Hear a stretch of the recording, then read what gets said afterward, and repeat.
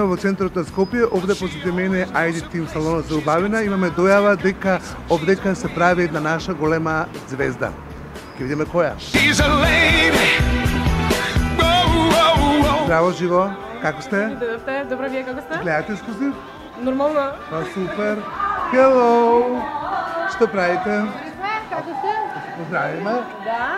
Имаме некоја најава дека овдека се прави на наша голема звезда. Hello! Што си убава? Драго ми е. Што дојдовте? Ние малце папараци, ама...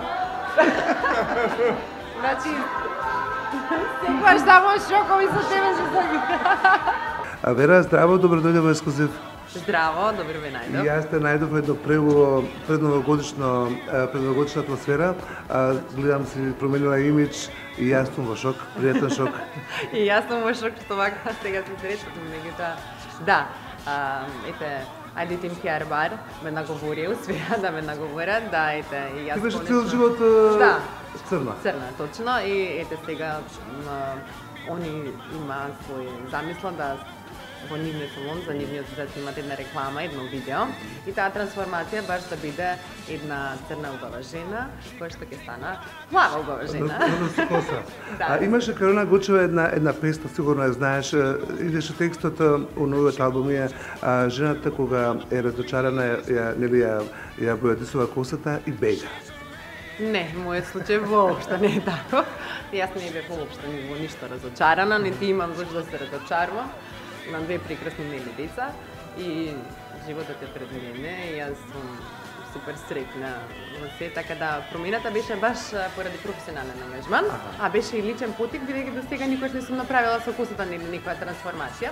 Предходно пред да станам плава, додеше Иво најдиме ме направија на еден друг имидж, беше афрофризура, кој што вака доста многу не го промовиравме, меѓутоа беше одлична трансформација, се појавив на неколку настани и сите беа воодушевени од таа трансформација, па еве вака малку во однос дека доби видео запис ова издание на трансформација, Мора да вака беше признам доста... многу секси. Фала за тоа. Од времето кога стана месеца до ден денес, мора да признаеш дека во моментот се многу актуелна во нашиот жолт печат. И сакам да те прашам, зошто се разведе? Па така, едноставно не одеше. Јас се чисто, мислам, знаеш дека не чисто пати одговорам на сите во сите мои дилови и претходно дека јас воопшто никогаш и никој пат не сум коментирала нешто особено во врска нели со приватниот живот. Така да навистина немам нешто посебно за што да кажам. Едноставно не одеше. Колку бевте во брак? Не знам. Значи ти упорно го вака го пишеш минатото. Да, моето минато избришано, заборавено.